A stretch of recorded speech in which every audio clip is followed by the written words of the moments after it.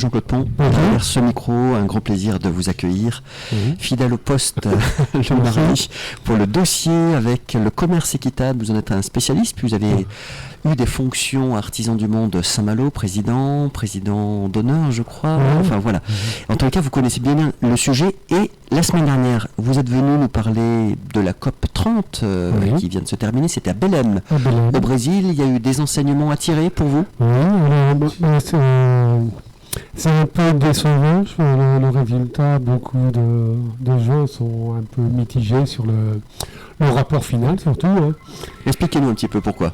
Oui, alors déjà, pour arriver à faire le rapport final, il a fallu prolonger d'une nuit, parce qu'il y avait des tensions, on n'arrivait pas à se mettre d'accord sur ce qu'on pouvait écrire.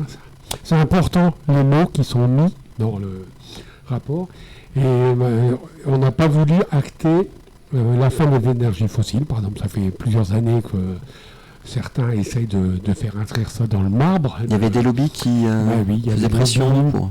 Il y a les pays pétroliers, il y a les BRICS, les pays Brésil, Russie, Inde, etc. Qui sont des producteurs et puis les pays émergents qui se disent vous, les États du Nord, vous avez profité des énergies fossiles pour vous développer au XIXe siècle, au XXe siècle, et nous, on n'a pas... Maintenant, on en aurait besoin et vous venez nous refuser ça. Non, nous, on veut continuer à les utiliser. Donc... l'attention, et finalement c'est l'Europe qui, elle, aurait voulu l'Europe, et puis les États insulaires, par exemple, qui sont menacés par la hausse des océans, le réchauffement climatique, tout ça, eux, ils auraient bien voulu que ce soit acté la fin des énergies fossiles dans le futur. Mais bon, ça n'a pas pu se faire. Donc on n'en est pas là, en fait. Donc, l'Europe, finalement, n'a pas voulu provoquer un clash, quoi. Ils ont dit on va accepter à minima le texte, mais bon, on est déçus par rapport à ça. Et puis aussi sur les forêts, la fin de la déforestation, la lutte contre le trafic de bois issu de forêts dévastées. Pour 2030, ça n'a pas été inscrit non plus dans le marbre. Bon, il y a des choses qui se font, il y a des fonds pour lutter contre ça. Le Brésil a institué un fonds, a proposé de créer un fonds pour lutter contre la déforestation, spécialement en Amazonie, mais aussi en Indonésie, par exemple, dans toute la zone équatoriale. L'huile de palme. L'huile de palme, le soja, l'élevage, les mines, le mercure, aussi. Le mercure, il y a chercheur d'or, beaucoup de choses qui font qu'on déforeste tous les ans de plus en plus, malgré les lois. Et par exemple, l'Union européenne vient de repousser la date, puisqu'il y avait un décret de loi de l'Union européenne qui devait instituer le sourçage de tout le bois importé en Europe, mais c'est repoussé, c'est la deuxième fois que c'est repoussé. Au Brésil, c'est pareil, même si le président essaye de faire des choses, mais il n'a pas les clés en main au Parlement, etc. Et là aussi, ils ont réussi à détricoter un peu les lois et favoriser l'implantation de minerais, de mines ou d'élevage, de déforestation. C'est une lutte un petit peu de tous les instants. Il y a des bonnes volontés. Mais après, il reste toujours le problème, c'est que ce qui a été mis en premier, là, c'est les finances. Alors d'un côté, les pays du Sud qui souffrent le plus du réchauffement climatique, qui eux veulent être dédommagés, n'ont pas les moyens de lutter seuls avec leurs finances, donc ils veulent avoir des dons ou des prêts pour réparer les dégâts, moderniser leur industrie, etc., pour s'adapter. Et puis de l'autre côté, les pays industrialisés qui, eux, rechignent un peu à mettre la main à la pâte. Bon. Alors, donc, je veux dire, en négatif, c'est surtout ça, le fait qu'on n'ait pas acté la fin des énergies fossiles, qu'on n'ait pas acté la fin de la déforestation.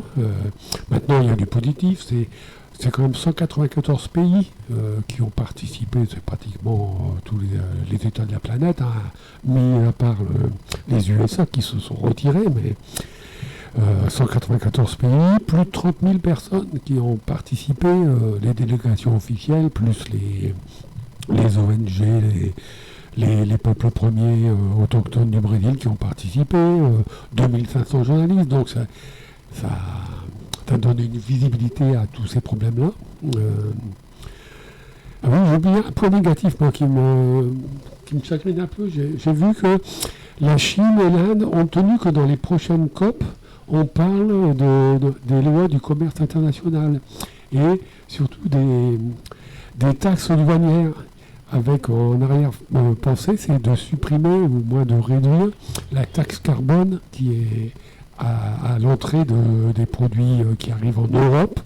Alors ça, je trouve ça un petit peu inquiétant, quoi, de baisser ces taxes carbone. Est-ce que vous pensez que la COP, telle qu'elle existe, a un pouvoir de coercition ou d'inscrire dans le droit? Parce qu'on voit qu'il y a des répressions. Vous avez parlé de la sémantique tout à l'heure, parce que c'est là où ça se joue aussi. Oui, c'est un gros problème. C'est pourquoi on joue sur les mots. Oui, c'est d'écrire de noir sur blanc qu'il faudra arrêter telle ou telle chose. On a fait appel aux volontaires, par exemple, pour revenir sur les énergies fossiles, il y a une 50aine de pays, je crois, qui disent oui, d'accord, on va réduire notre émission de gaz à effet de serre, on va participer à un financement, etc. Mais c'est sur le volontariat, donc il n'y a pas la possibilité de pénaliser ceux qui ne respectent pas.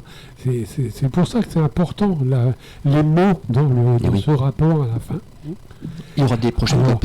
Oui, alors bon, mais le Brésil donc, a dit on va essayer de faire une feuille de route quand même qui sera présentée à la prochaine COP.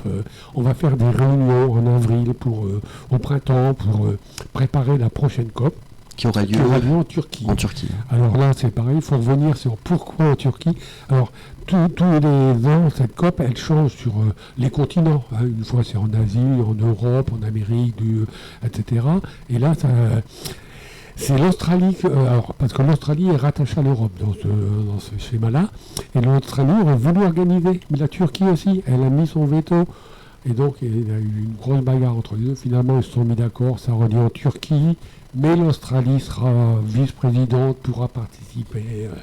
Mais ça montre un petit peu aussi, derrière cette COP, il y a les enjeux économiques d'apparaître comme des nations stratégiques qui luttent contre le réchauffement climatique, au moins dans les mots, si ce n'est pas tout à fait traduit dans la réalité financière. Et celle d'après aura lieu en Éthiopie. En Éthiopie, c'est plus intéressant, ça viendra vraiment en Afrique, je ne sais plus exactement. Parce que ce sera Antalya, je crois, en 2026 en Turquie.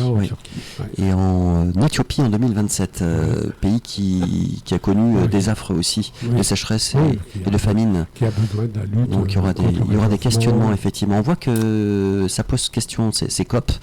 Elles sont suivies sur le plan médiatique, effectivement. Il y a pas mal de sujets qui ont été tournés c'est l'occasion d'aborder, là-dessus. Les jeunes étaient présents aussi, des délégations de jeunes qui sont concernés, les nouvelles générations. D'un autre côté, c'est mieux que ce soit en Turquie qu'en Australie. En Australie, ça veut dire qu'il aurait fallu se déplacer en Australie pour tous les autres pays du monde. Donc il y a plein de délégations qui n'auraient pas pu y aller à cause du coût du transport, de l'hébergement, etc. La Turquie, c'est plus accessible pour beaucoup de monde. Ça va être des retombées économiques aussi pour les organisateurs. J'imagine en termes d'hôtellerie, de restauration. Aussi. Bien sûr, tout ça, c'est important. Un grand merci à vous, Jean-Claude Pont, spécialiste du commerce équitable, pour ces précisions concernant ce bilan de cette COP 30 à Belém. On vous retrouve mardi prochain, si vous le voulez bien. Belle semaine à vous, Jean-Claude. Au revoir.